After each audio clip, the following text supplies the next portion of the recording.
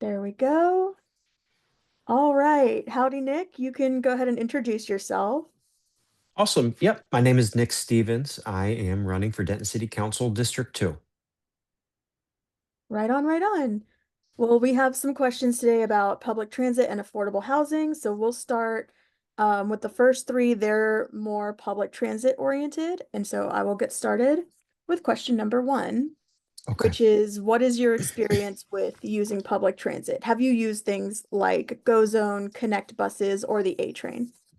Yes, I've used Connect buses and the A train more frequently than I have used GoZone. I've used GoZone a few times just to understand how it works, but that's my experience locally with using public transit. Um, at least fortunately for me, love to travel. And so I love going to cities in particular. My favorite city in the United States to travel to is Chicago. And, Chicago just has such a phenomenal transportation system that's affordable and vast. And so, I- you know, Chicago is typically what I look at when I think of a functional public transportation system. Right on. I love that actually. Question number two. Accessibility is a big issue in public transit. How do you plan to work with DCTA to address things like lack of safe sidewalks, unprotected bus stops, and low route coverage? Sure. You know, First off, I'd say um, it's not just about how we work with DCTA, but what we do ourselves. And I would uh, also then just encourage folks to look at what I've done locally. I lived in downtown Denton in the West Denton Residential Historic District, or the the JBD Neighborhood Association. And that's a huge concern that we have here, because you have, and I lived prior to living in District 2, in District 1, right off McKinney Street, past the train tracks, where there aren't any sidewalks. It looks like finally we're going to get some, but it's taken way too long. So I'd first look at what I've done. In downtown Denton, we've really struggled with accessibility for the unfortunate reason of construction, where they've just blatantly disregarded ADA laws when it has come to both sides of Oak Street, for example, being completely blocked off. And pedestrians, the only way they'd be able to even get to downtown Denton, the courthouse area, is by going on Denton Street and then hopefully down Pearl if it's open, or Parkway if that one's not open, and adding about 30 minutes onto your route. What I've done is with the neighborhood association is a uh, very strongly worded letter that was co-signed by about 100 neighbors about the frustrations we had because of of accessibility, as well as solutions of how to make these projects go faster. And then, more importantly, fixing some of the accessibility problems that we have had in the neighborhood. And so that's something I've done as a neighborhood association leader there. One of the things that we've done is alongside of that, it's something we're currently working on, is just giving people a place to sit at bus stops. There are certain bus stops along Hickory and Oak, right in front of the doctor's office. And then on Hickory, I think it's near 811 Hickory, right up where the village church is, where there's another bus stop. There's not even a place to sit. So we actually just finished raising money for that project, and have talked to the owners of where that land is, and have gotten permission from them to put benches there. And so we've actually decided to make it uber local by working with the Boy Scouts and having one of the kids do this as his final project by building these benches for these three particular bus stops. Now, I know that's not coverings, but it's a start of where we don't even have a place to sit. And so I know that doesn't fully answer your question. It talks about maybe more specifically what we can do as neighbors and what I've done locally. But outside of that, it includes then making sure that we are having the right person as our representative for DCTA that understands that stuff. I'll give credit, where credit's due. Our representative, as well as our alternate representative, they both understand those things and have been advocates for our community. But we need to give council direction when it comes to DCTA. And we haven't been doing an efficient job at that, of specifically telling them what the council wants. And I'd be pushing for those things. I love that answer. That all of that makes me so happy to hear, honestly. Good. Um, let's see. Question number three. Dentonites have said that GoZone is inefficient, unreliable, and uncomfortable. How does GoZone factor into your plans for public transit improvement? Sure. I always try to look at the positives and negatives. And so, is there a positive to Go Zone? No one wants to hear it, but there is a positive, which is that if you have a public alternative to Uber and Lyft, um, that can get you some places at a more affordable rate, is that positive? Sure, that's positive. Um, you only have to go on Facebook for about 15 seconds before you see some of the catastrophic issues with GoZone. Um, it also doesn't go everywhere you need it to go. So what I would say is this about GoZone. GoZone has given us really good data that we can use, and I'll take the data wherever we can find it. Before GoZone, my understanding, and I could be wrong, but my understanding is prior to GoZone, our bus routes had about 4 people using it per bus, 4 people per bus per hour. That's not because public transportation doesn't work. It's because we weren't being effective with our public transportation. Um, and so what GoZone has allowed us to do is figure out what routes are taken the most. And what we can do is then use that data to build more effective, uh, uh, routes for people to take. And so if I were to use it for anything, it would just be some sort of scientific method for understanding how we can improve moving forward. And then getting people that final mile, that they need to wherever they need to get to their location. The problem that we still have now, even with as it is that it's not getting people places fast enough. And there's a personnel problem, right? I love public commodities, but when we then outsource public commodities to private companies, we're kind of losing the strength and the ability and the handle on what we're doing. And so, sure, it's had positives by giving us some information, but let's now use that information to have more effective bus routes that come more frequently, and in more locations. That is awesome. I agree. Um, let's see here. We're going to move on to our questions on housing for these next Okay. three. But question number four, do you have any plans to expand resources for the unhoused population?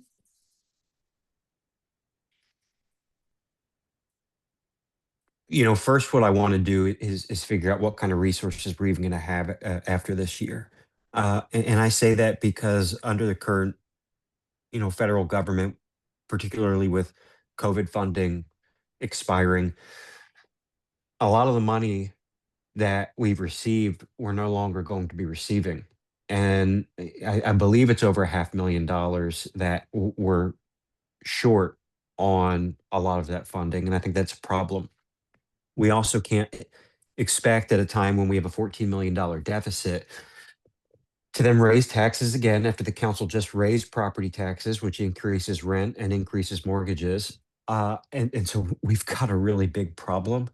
One of the things that goes unnoticed is the fact that the county expects us to take care of this problem for the county without giving us much money in return to serve uh, the most vulnerable against us. And so, about expanding services, yes, but it doesn't have to come at the expense of debt nights.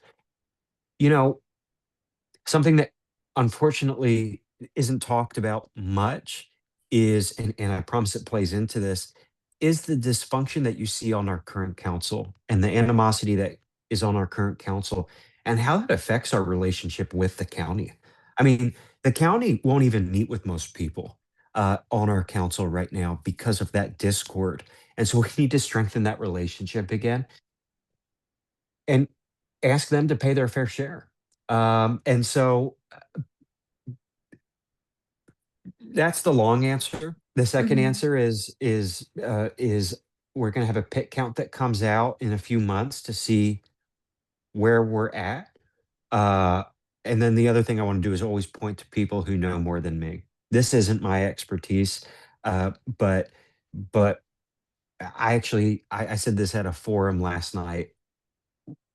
I went to seminary, and it's not to proselytize to anyone, but the gospel message to me in my faith tradition is Jesus talking to his disciples, saying that he was tired and you gave him a place to sleep, thirsty, you gave him water, hungry, you gave him food, naked, you gave him clothes. And Jesus of Nazareth says, whatever you do to the least of those among you, you do it for me. Jesus of Nazareth in that moment is talking about the divinity and spirituality that's in every person, especially the most vulnerable among you. And for us, that's our unhoused population. We have created a system that punishes people for not having access to food and water. That is not a system I'm interested in participating in. And so we have to change that system. Right on, right on. Question number five kind of touches a little bit more on this issue of rent increasing, but question number five is rent continues to increase to absurd levels here in Denton. How would you address this issue?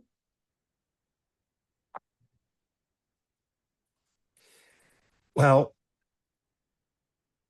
I guess you have to look at this from two aspects.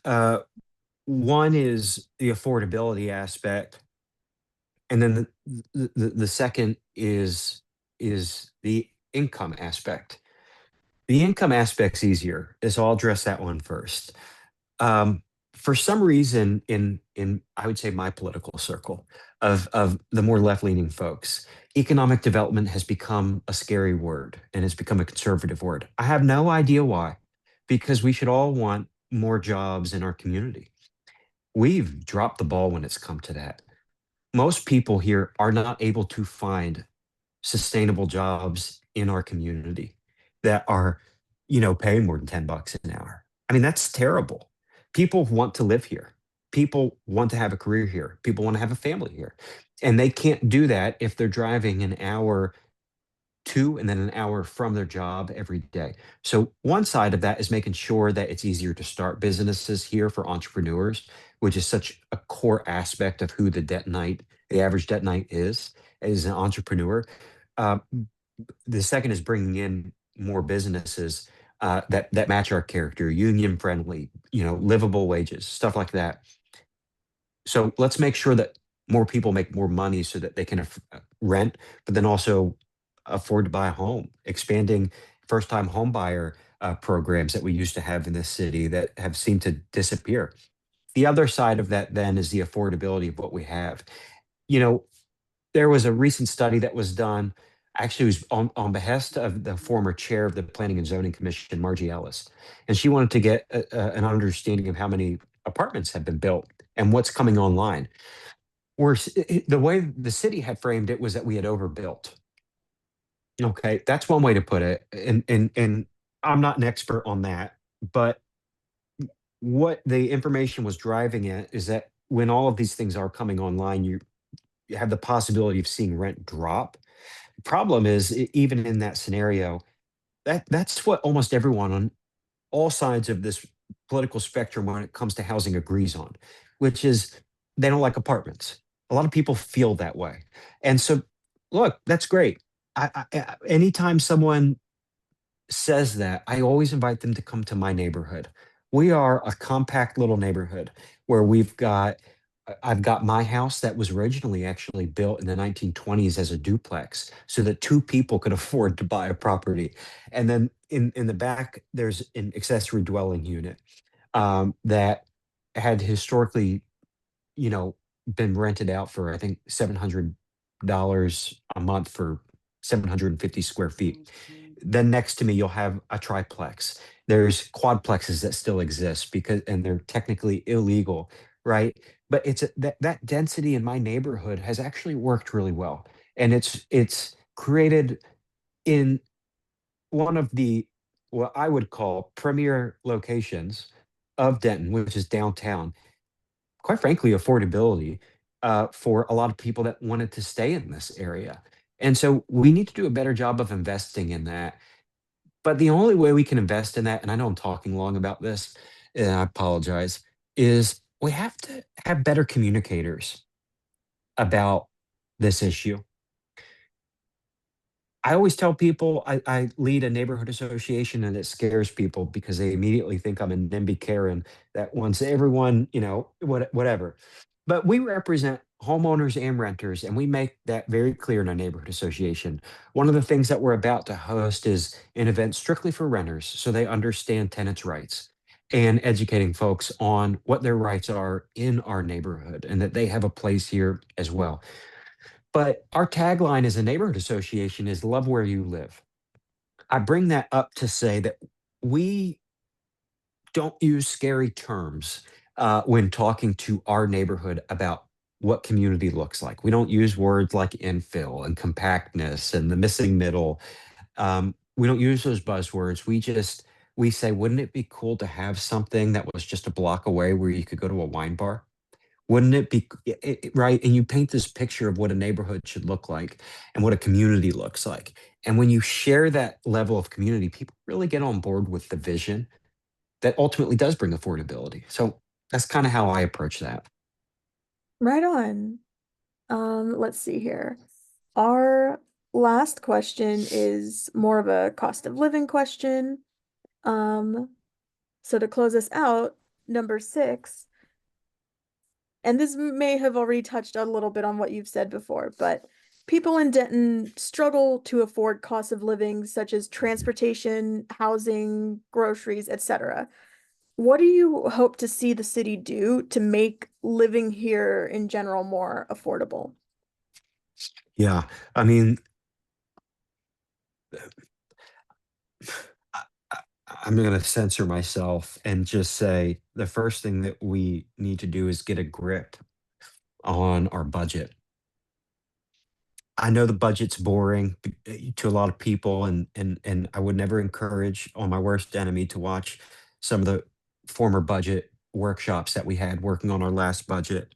But what you saw was just people dropping the ball and a $14 million deficit, and us not having our house in order when it just comes to the day-to-day routines of the city.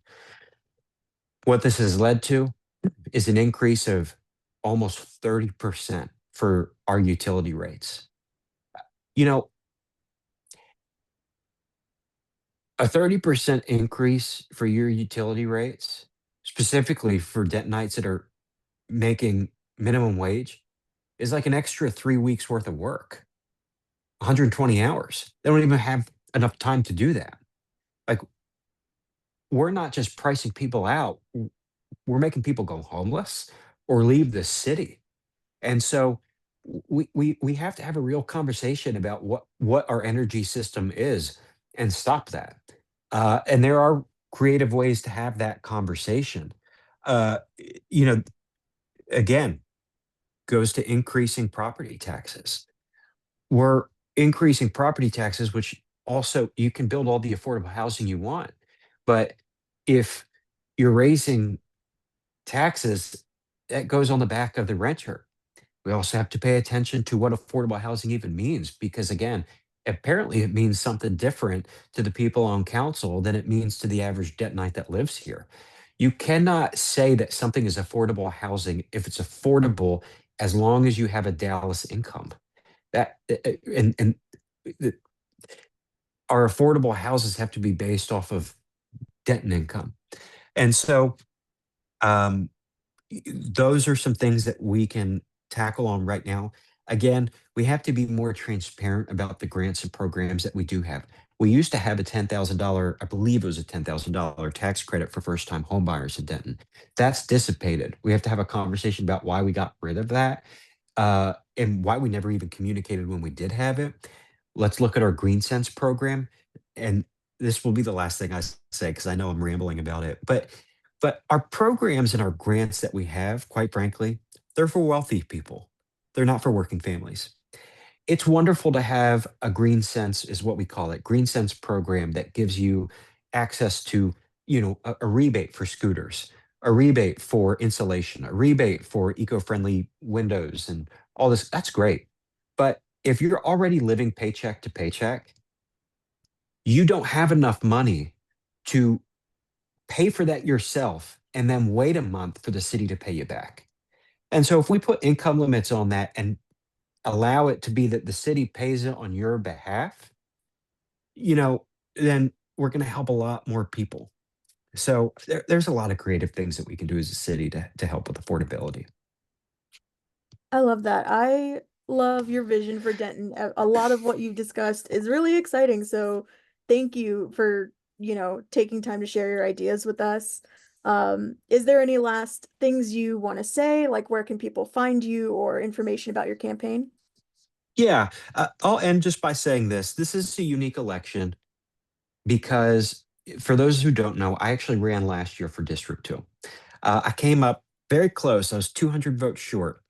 And so Councilmember Beck, who's now running for mayor, in the city charter, they're required to resign their seat. And so I'm running again. This is a special election. Um, and so it's a 1 year term, not the traditional 2 year term. We cannot afford to experiment with these positions right now. We got to get the city back on track. And so I have tested experience of understanding how to do this job and hit the ground running. And so that's why I'm asking for people to support me. If you want to learn more about me, you can go to nickfordenton.com. You can go to facebook.com/nickfordenton, my Instagram handle, nickfordenton, and learn about me there, nickfordenton@gmail.com. I'll respond to you within usually 6 hours. And so, yeah, if I have not met you yet, we've knocked about 3,000 doors yet so far. And we've got, a few thousand more to go. So I'll see you soon if I haven't seen you yet. Right on. And we can definitely link those things when this video gets posted. But thanks again. Thank you so much. Um, Of yeah, course. good session. Thank you. Thank you so much. I hope you have a good day.